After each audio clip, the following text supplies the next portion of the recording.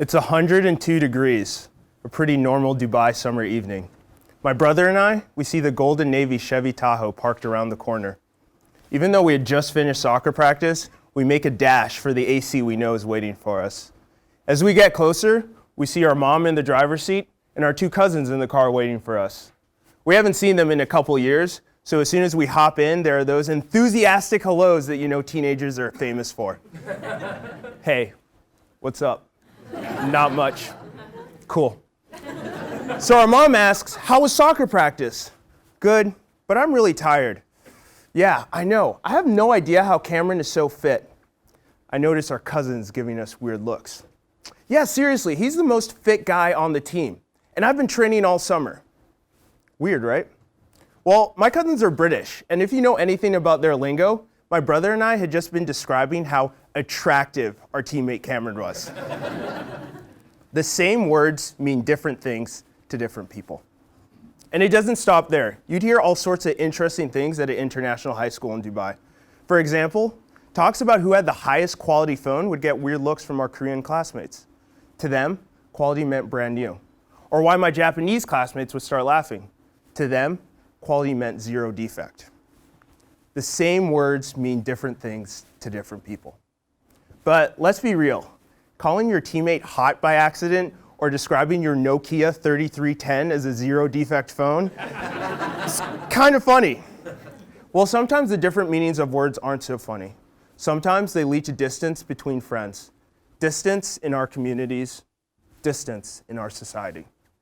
And surprisingly, one of these words is dialogue. So some of you are looking at me the same way my cousins did that day, and I can't blame you. For many in this room, the following definition of dialogue found in an essay titled The Power of Dialogue will resonate. It's defined as a discussion aimed at fostering mutual insights and common purpose. Sounds like a great definition, right? Well, there's an increasing body of research done by experts like Jacob Hess that focus on the negative connotations conservatives hold of this word. It's actually pretty interesting. Many people are concerned with the lack of conservative representation. By some estimates, 90% of those involved with the concept, either through funding it, developing it, or advocating for it, are liberal. So why do I care? Well, these types of conversation have been a fabric of my family growing up. I had 4 grandparents that were all teachers. Both my parents have lived all around the world. I have 2 younger brothers. We're 15 months apart. And I really hate to admit this right now, but not only are they taller than me, they're also smarter. The youngest is getting his PhD in geoscience, and the middle one made the smartest decision of us all. He decided not to go to grad school. All of this is to say we don't have the stereotypical relationship with conversations about values or the world or politics. For us, it's exciting and expected for us to bring our different perspectives to the dining room table or during the holidays. So with that kind of upbringing, you can imagine how excited I was to come to the GSB and have these types of conversations with some of the smartest people I've ever met. That all changed about a year ago when President Trump announced his immigration ban. I was really excited to understand what my classmates thought of the issue, so I decided to form some small discussion groups. Well, fast forward a couple weeks to Wednesday, February 22nd. I'm in Arbuckle Dining Hall, talking with one of my more conservative friends. Let's call him Jim. We're talking about current events, and eventually we start talking about the ban. Wow, Jim, I bet a lot of our classmates would love to hear that perspective. You should join one of the groups I'm putting together in a couple weeks. Sure, sounds good. Who's going to be there? What are the details? I list a couple people. All right, so what's the format? How is it going to be structured? Oh, it's going to be pretty casual during the evening, over pizza. It's just going to be a dialogue on the issue. He grows silent. I had said something wrong. I don't think that's for me. Sorry. Oh, really? Why? I don't know if I want to sit there and be lectured on my views on the issue. No. This is going to be a dialogue, where we try and understand each other. Yeah. I know what dialogue is. I'll pass. Thanks. I probably shouldn't have been that surprised.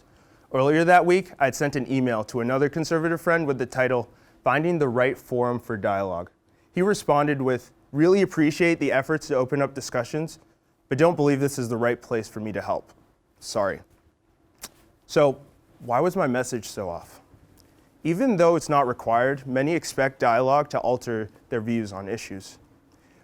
If you are in a room and you are participating, usually it's to mediate conflict. And to do that, it's usually required that you find common ground, or you're looking for solutions or consensus, which all require you to change your views. So if the overwhelming majority of organizers of dialogue are liberals, most of the time they're looking for common ground, and many times it's expected that participants will soften or change their views. Hopefully now you start to see why conservatives view this as a tool liberals use to bring people to their side. So what did I decide to do about it? I decided to dive into the research and understand why this term was alienating some of my friends. I had lunch with Keith Hennessy, a former advisor to George W. Bush. I took a class with James Fishkin, the director for the Center of Deliberative Democracy. I had multiple calls with interfaith dialogue expert Randy Paul.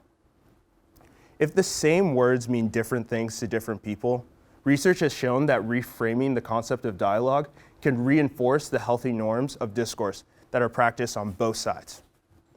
So, armed with this view of the issue, I was able to successfully host multiple discussion groups last quarter with not just those two friends, but with several of our conservative classmates. I did so partly by highlighting the following 3 benefits of dialogue, and as you try to engage with others in similar types of interactions, I hope you can remember to mention them as well. Expand your knowledge. Even if you believe you possess the objective truth, participating in these types of conversations allows you to test out your own beliefs and gain new and interesting perspectives and information you otherwise would not have received. Advocate effectively. Those that participate in dialogue are better missionaries and advocates. If the world doesn't see an issue the way you would like or in the right way, participating in this discussion will help you understand why. Own your story. Dialogue is an excellent platform for people to become their own platform and not just defined by others or organizations like mainstream media. The problem is, as we shy away from these types of conversations, we have false assumptions that certain groups speak for an entire movement, or that false assumptions continue to persist. So for example, ISIS does not represent all of Islam, and neither does one conservative movement represent the entire camp. This, though, is lost when we aren't the ones talking about our own personal stories in these types of conversations.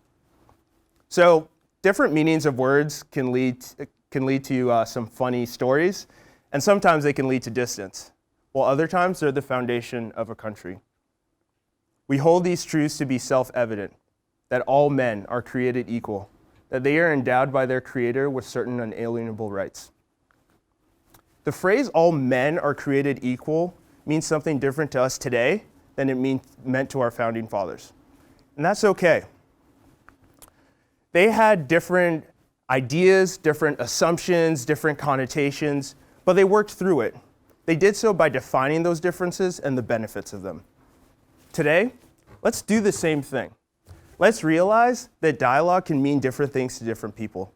But better yet, let's reframe the concept in a more inclusive way so we all want to participate. Doing so will literally make us a better country.